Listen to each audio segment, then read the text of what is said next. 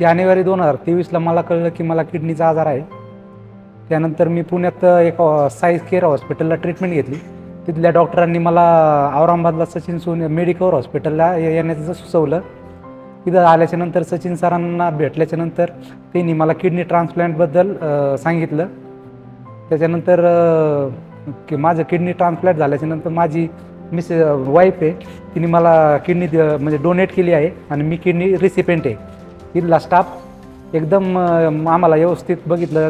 इथल्या स्टाफने, इथले सगळे डायलिसिसचा स्टाफ, बाकी इथला आमचं ऑपरेशन झाल्याच्यानंतर आयुष्याचा स्टाफ, डॉक्टर सरांनी आम्हाला एकदम ट्रीटमेंट भारी भेटली। आज मला माझं ऑपरेशन होऊन 2 महिने झाले आहेत आणि आम्ही एकदम ठणठणीत आहे आणि एकदम क्लिअर आहे।